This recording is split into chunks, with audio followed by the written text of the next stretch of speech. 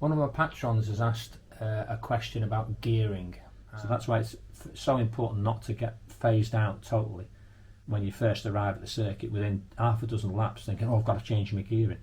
Forget the gearing. As long as you're not doing something dramatic with the motor, forget about the gearing.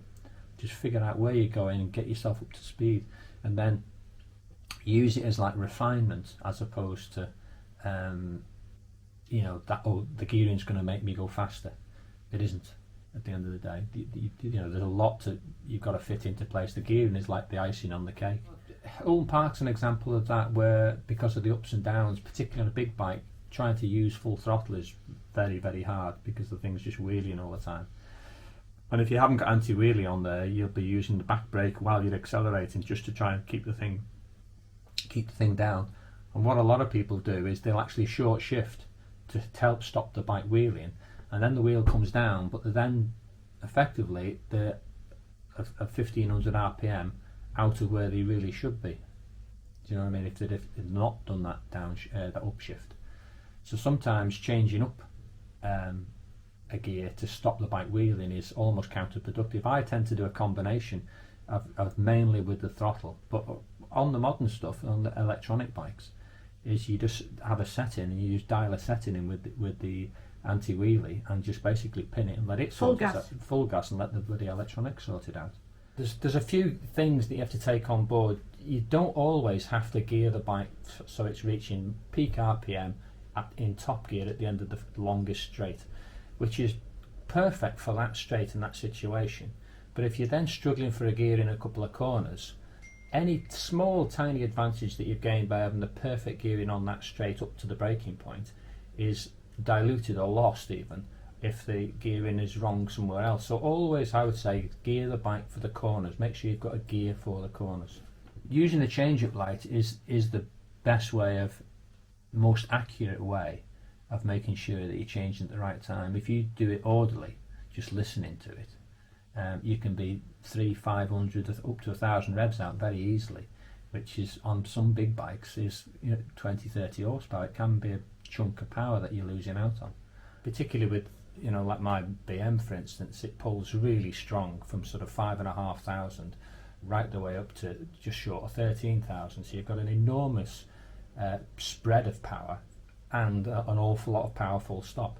So it's not super critical if your gearing is a tooth or two out here or there. The lesser capacity bikes, say your 400s, your older style 600s, which have a slightly more narrower power band and generally speaking more of a rangy gearbox, more of a road gearboxes, it then starts to become a little more important that you do get the right gearing to suit the particular situation. But let's say you're in a mini twins championships, everyone's on more or less the same machines. There'll be the gearing between the fastest guy on the grid and the slowest guy on the grid. You could even have the same gearing. Yeah, well, people used to come round and say, what gearing have you got on? Yeah. So there's ballpark gearing, which will get you sort of more or less there. And you're probably better off in that situation going with the flow, because the majority will have got it right, as opposed to a minority. If somebody comes to, I don't use that gear, I use blah blah blah gear. That could be the Ministry of Disinformation. It could be the minute. Well, Charlie Williams, what he used to do was a brilliant tactic. Was he used to get stamped on the back of his sprockets that the number was 2 out. So people would look at his rear sprocket and it would be, say, a 38, and it was actually a 36, because you don't count the bloody teeth, do you? So they said, Charlie's using a 15 on the front and a 38 on the back. But he was using a 15 and a 36. It's like espionage. So he was like fighting back with disinformation. He wasn't lying, that was the sprocket he had on, but that wasn't the right amount of teeth. So even if they've all got the same gearing on, what makes people use their gears differently, which gives them a better lap time? One thing, if you're going faster around a corner, that means you're coming faster onto the straight. So you'll probably, if you were using the same gear in the corner, you're going to be higher up the rev range, so the bike will accelerate differently at that point. And you get to a point where, if you're going around a corner, where you might need to go a gear higher because you're just running out of revs. So some people will say, well, I go round such a corner in second gear, and well, I tried third, but it's really slow coming out. Where if they were going faster through the corner, third gear would probably be the right gearing.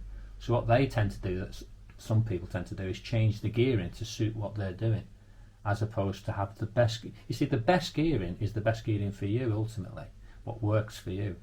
And then as you get to a point where you then need to change, but when it comes to gearing, sometimes you end up, if you're undecided, what a lot of people do is they will change down a gear to say third, say from fourth into third, for argument's sake, to get better acceleration out of the straight. But they effectively slow down to suit the gear, where if the potential is you could potentially go quicker through the corner in fourth gear, Pick up. and then it would then be the right gear onto the straight sort of thing. For argument's sake, you've not been to Silverstone before, I'll tell you now, Hanger Straight, you're really motoring down there, so you'll need quite a tall gearing on the bike. So don't take your bike there if you just had the perfect gearing for, say, Mallory Park, because there's nothing worse than sort of having to roll off the throttle or roll out the throttle halfway down the straight because it's revving its nuts off in top gear. So overgear and come back from that sort of thing. And don't be too worried about it in the first half a dozen sessions, or certainly the first 2 or 3 sessions if you're learning a track, because it doesn't really matter whether the gearing is right or wrong at that point, because you'll be all fingers and thumbs learning where to be on the track. End up kind of short shifting while the bike's accelerating. And there are occasions where yes, you do need to do that, but the vast majority of times is if the bike's coming out of the corner is, take it to the maximum sort of thing, maximise what the bike's doing at that point. Great example is Donington Park coming out of Redgate. Is whatever gear that you've gone round Redgate in, if, let's say it's second gear for instance, you want to run out towards the drift out curve there and then kind of maximise the bike right out to sort of maximum power, and then but only needed fourth gear, back to second for the chicane, through the chicane quickly, and then dropping down into the Melbourne Loop because it's obviously a lot tighter than the chicane.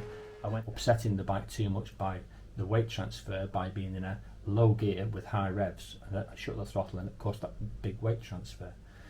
So that's because you're travelling quite slowly and you're not going to lose, relatively speaking, a big lump of time there. Obviously any time that you're losing is bad news, but it's the best. If you're going to lose time on a bit which doesn't matter too much, and you've gone down say one tooth, you'll feel that'll be a few hundred RPM difference, and then you take another tooth off it. If you go down yet another tooth, and one of the things you have to remember also when you're changing the gearing is ultimately on a conventional style swinging arm, you're effectively shortening and lengthening the wheelbase, which makes the bike longer, so it will affect the steering of the bike.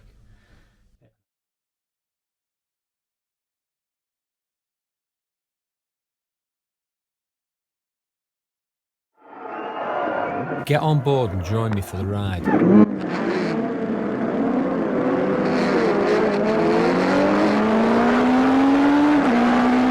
Corner entry. Talk to me.